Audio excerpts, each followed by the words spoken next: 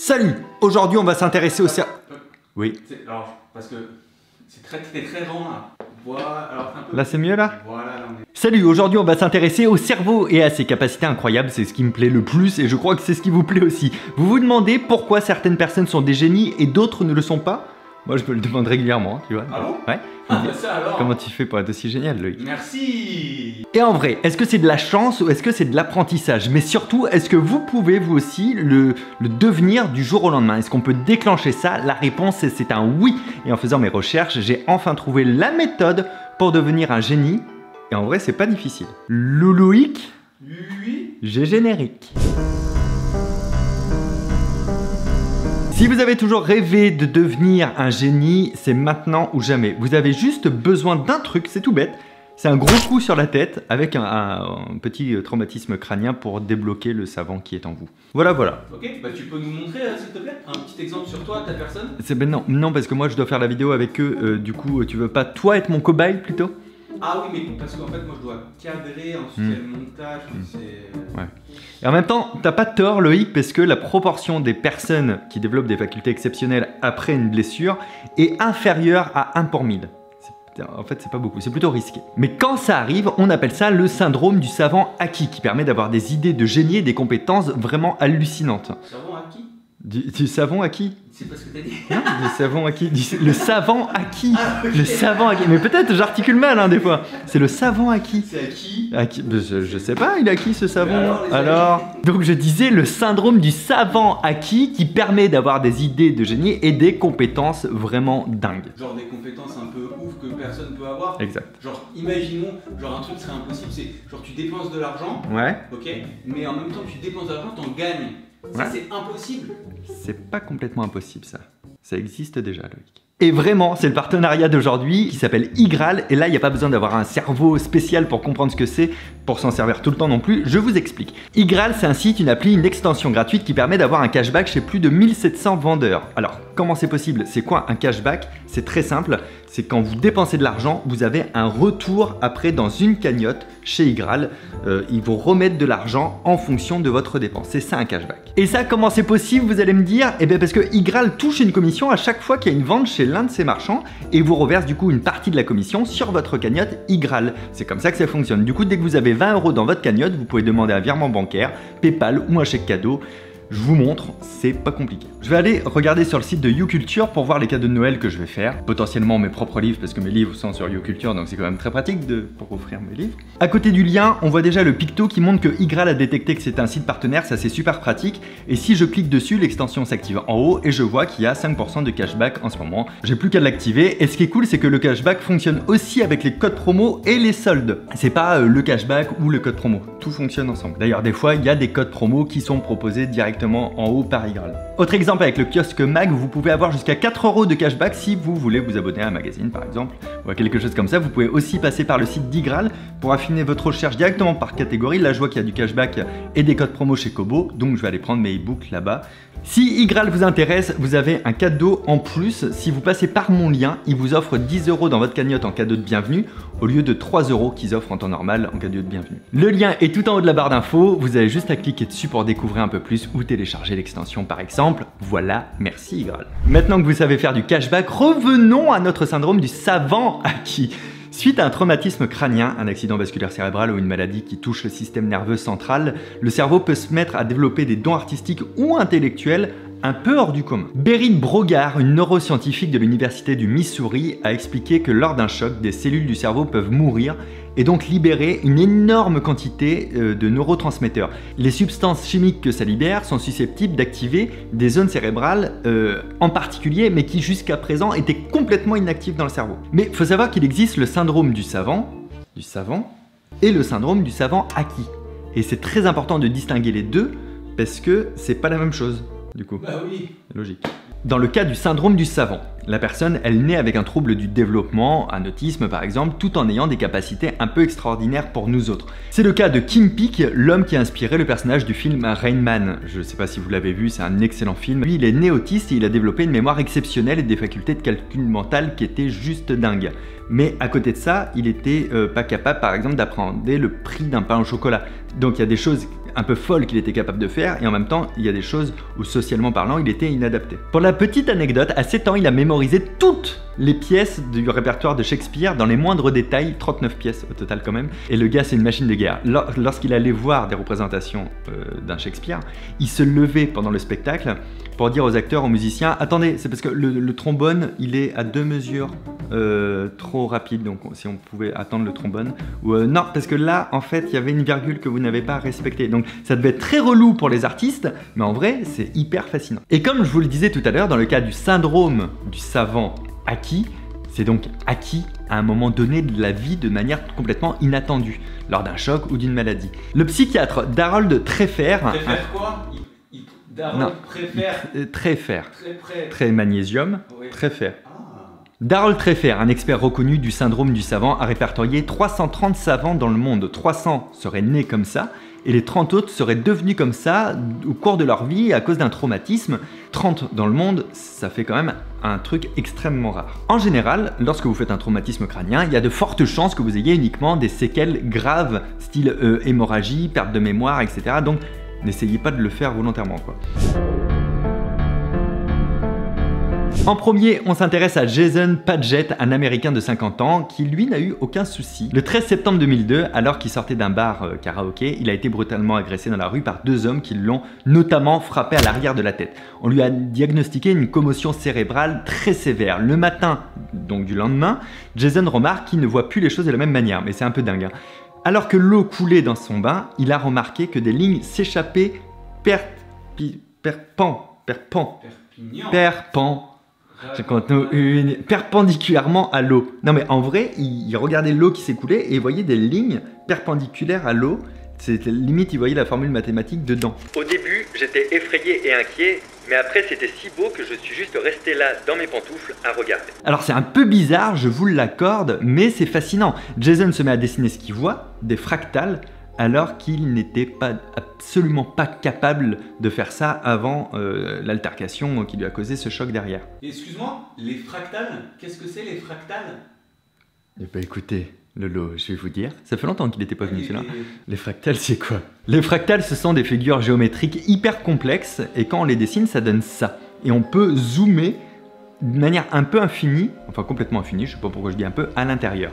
Et cet ancien vendeur de meubles reconverti en mathématicien passionné de dessin vend aujourd'hui des œuvres à base de fractales à plusieurs milliers de dollars. Berit Brogart, la neuroscientifique dont je vous ai parlé tout à l'heure au début de la vidéo, a scanné le cerveau de Jason grâce à un IRM et elle lui a montré des centaines d'équations vraies ou fausses. Elle lui faisait voir les équations sur un papier et en même temps, avec l'IRM, elle regardait un peu ce qui se passait dans la tête de Jason. Elle a observé son cerveau pour voir quelles étaient les parties qui s'activaient surtout. Elle a constaté que des lésions se trouvaient au niveau du cortex visuel et qu'une activation anormale était également constatée au niveau du cortex pariétal. Oui, le cortex pariétal, c'est une zone qui est très connue pour être associée aux mathématiques et à la planification des actions. En gros, le cortex visuel travaille avec la partie du cerveau qui fait des mathématiques. Tout s'explique. Berit lui explique que son choc a aussi provoqué une forme de synesthésie. Tu sais ce que c'est, Loïc, une synesthésie? Ouais, c'est quand les plantes elles reçoivent de la lumière, après ça leur permet de grandir. C'est la photosynthèse. Là. Ah oui, j'avais le Y dedans qui était bon. Loïc, j'ai fait une vidéo en 2016 sur la synesthésie. J'étais pas né. Ça me fait du mal que tu ne l'aies pas regardé. Tu t'étais pas abonné en 2016? Je parlais pas français. T'étais pas abonné? Tu fais pas partie des 1000 premiers abonnés de ma chaîne? Non. Okay. Je suis même pas abonné maintenant. C'est peut-être le cas de certains d'entre vous, donc n'hésitez pas, abonnez-vous maintenant et activez la cloche, comme ça vous raterez aucune vidéo. La synesthésie, c'est un trouble de la perception des sensations. En gros, certains verront par exemple des couleurs en jouant de la musique, tandis que Jason, lui, il voyait des modèles mathématiques et des motifs géométriques dans son champ de vision. Il existe un peu plus de 150 formes de synesthésie différentes. La plus courante, par exemple, c'est les personnes qui associent un jour de la semaine à une couleur, mais pas d'une manière volontaire. Ils n'ont pas décidé que le mardi serait bleu, par exemple. C'est depuis toujours, quand ils entendent mardi, pour eux, c'est bleu. Quand Jason voit les feuilles des arbres devant sa fenêtre, ça représente pour lui la preuve de l'existence du théorème de Pythagore. C'est fou!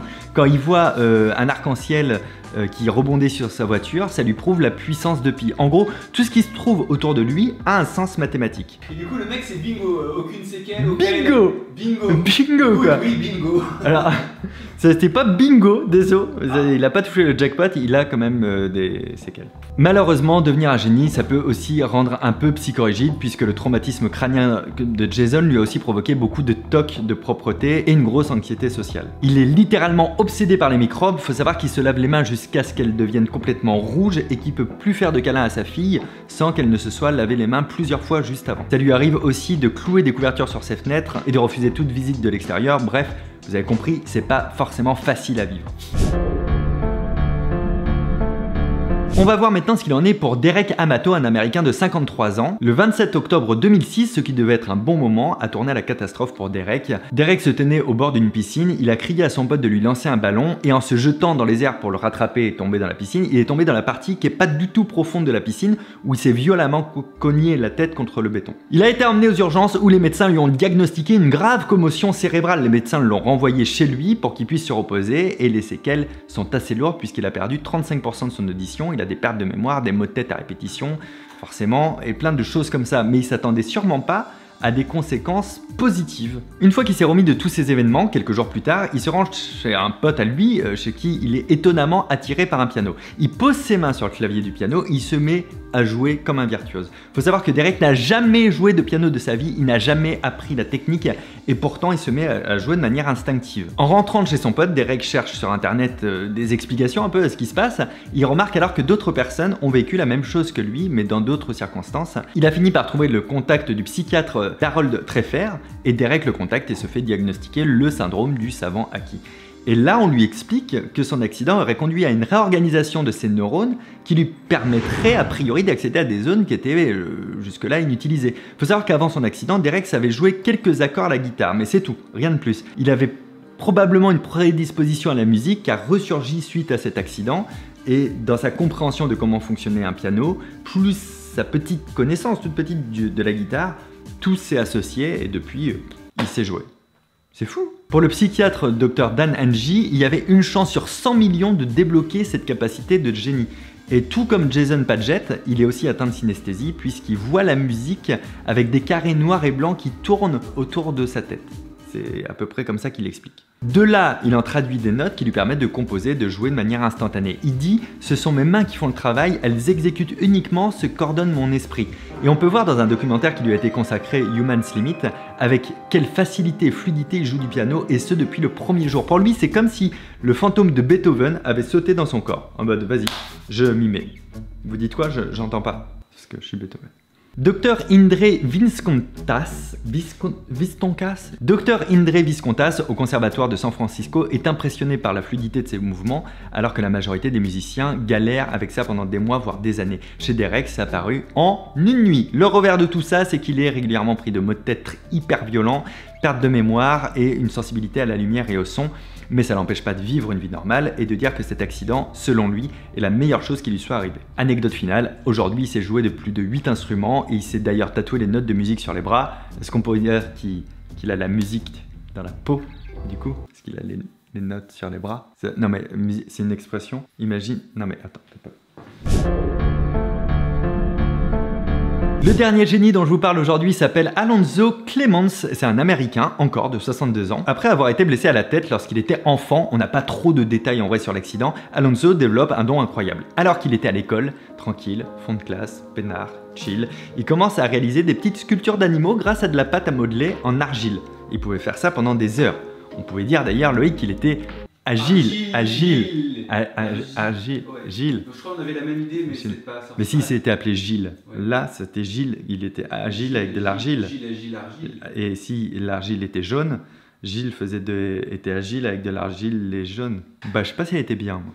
Votez entre 1 et B en commentaire. Alors forcément, ces profs qui voyaient vers des petites sculptures au lieu d'écouter, bon, ils aimaient pas trop ça leur plaisait pas, donc il a pris du retard dans l'apprentissage, ça c'est vrai. L'école lui retire toute l'argile, mais Alonzo ne se laisse pas abattre et il met à prendre des morceaux de goudron souple qu'on trouve parfois sur la route, vous savez, des bouts de goudron, ou quand il fait chaud, ils sont un peu manipulables, et il continue à faire les sculptures. Il était déter de ouf, effectivement, et dans sa chambre, il continue à sculpter des animaux en 3D, mais de manière très précise et très rapide, et juste à partir d'une image ou d'une observation dans un zoo d'un animal pendant quelques minutes. Il a continué à faire ses sculptures dans l'ombre, sans vraiment en parler autour de lui, jusqu'en 1980, où le syndrome du savant a été mis en lumière par le film Rain Man, dont je vous ai parlé au début de la vidéo, un film qui met en scène un homme doté d'une mémoire incroyable. On s'intéresse alors de plus en plus aux capacités d'Alonso, qui est reconnu comme étant un savant acquis, et qui après apparaît dans certaines émissions télé qui ont sculpté sa notoriété. Par rapport au fait... Oui Lolo! En 1986, il a tenu sa première exposition dans le Colorado et certaines de ses œuvres se sont vendues quand même jusqu'à 45 000 $. Faut savoir que comme son accident est arrivé très jeune, ça a malheureusement entraîné des retards donc, dans son développement. Il y a des choses de la vie quotidienne qu'il ne parvient à faire que très difficilement, comme faire ses lacets ou manger correctement tout seul. Ouais, mais du coup, alors il y a moyen de devenir un génie, mais sans le coup sur la tête, parce que avec toutes les... j'aime bien manger tout seul. Alors... Excellente question de lolo.com. Vous vous doutez que ce genre de cas a attiré la curiosité de toute la communauté scientifique qui a réalisé des tests en se demandant si on pouvait débloquer des compétences extraordinaires sans devoir se prendre un coup sur la tête et sans les risques que ça comporte. Est-ce qu'il y a du génie qui sommeille en chacun de nous et qu'on pourrait activer? Et pour répondre à cette question, les scientifiques ont fait des expérimentations réversibles sur des volontaires sains et ils ont réussi à activer des zones dites dormantes, ce qui a révélé des aptitudes parfois insoupçonnées chez certaines personnes. Un des tests a été réalisé par le scientifique Alan Snyder. Il a distribué un puzzle géométrique à des volontaires mais qui était assez difficile à réaliser. L'objectif pour les participants, relier 9 points alignés 3 par 3 en utilisant seulement 4 traits. Aujourd'hui cette énigme elle est connue parce qu'il ne faut pas repasser par un des traits qu'on a déjà fait, il ne faut pas lever le stylo. Je l'ai vraiment d'ailleurs fait sur TikTok, mon TikTok qui est juste là. Et comme vous le voyez, pour résoudre ce puzzle en 9 points, il faut sortir du carré préformé. Et dans notre conception, on n'imagine pas forcément le fait de sortir du cadre. Alan Snyder explique que notre cerveau est équipé pour prédire, ce qui nous sert à fonctionner rapidement dans ce monde, mais qui complexifie le fait de sortir du cadre. Au final, sur les 28 volontaires, aucun n'a réussi à réaliser cette énigme-là, à la résoudre. Et Snyder a ensuite utilisé la stimulation magnétique transcrânienne. Ça calme un peu, c'est un peu barbare dit comme ça, mais en vrai c'est sans risque. C'est des électrodes qui sont posées sur le crâne et qui envoient un faible courant électrique. Les participants ont été sous stimulation et ensuite 40% d'entre eux qui ont reçu une stimulation ont réussi l'énigme. Et tous ceux qui avaient reçu une stimulation placebo, c'est-à-dire ils pensaient en recevoir une mais ils n'ont rien reçu, n'ont pas réussi à décoder le puzzle. Donc à ce jour, il n'y a pas de solution pour hacker notre cerveau et débloquer des capacités hors normes sur le long terme. C'est resté pour l'instant en phase de test. S'il n'y a pas d'autre solution pour l'instant... Ah non! Non mais... En vrai ça va... Ah bah voilà! Ah le génie! Ah le génie! Moi c'est pour toi. C'est quoi? En vrai. Non, mais c'est pour toi! Bon, en vrai, ne faites pas ça, ne faites jamais ça, c'est beaucoup trop dangereux. J'espère que cette vidéo, par contre, elle vous a plu. Si ce sujet vous intéresse, je pourrais aborder les autres histoires de génie par accident dans mes fun facts sur Instagram ou sur TikTok. Vous avez les comptes ici.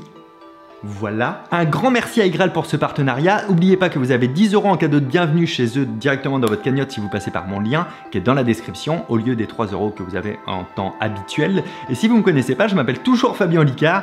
N'oubliez pas de vous abonner à cette chaîne YouTube, c'est gratuit. Activez la cloche pour ne pas rater les prochaines vidéos. Ici, je vous mets une vidéo sur la loi de Benford, c'est un peu fou. Et ici, une vidéo sur des expériences un peu stylées qui ont été faites sur le cerveau. Prenez bien soin de vous, à très bientôt. Ciao!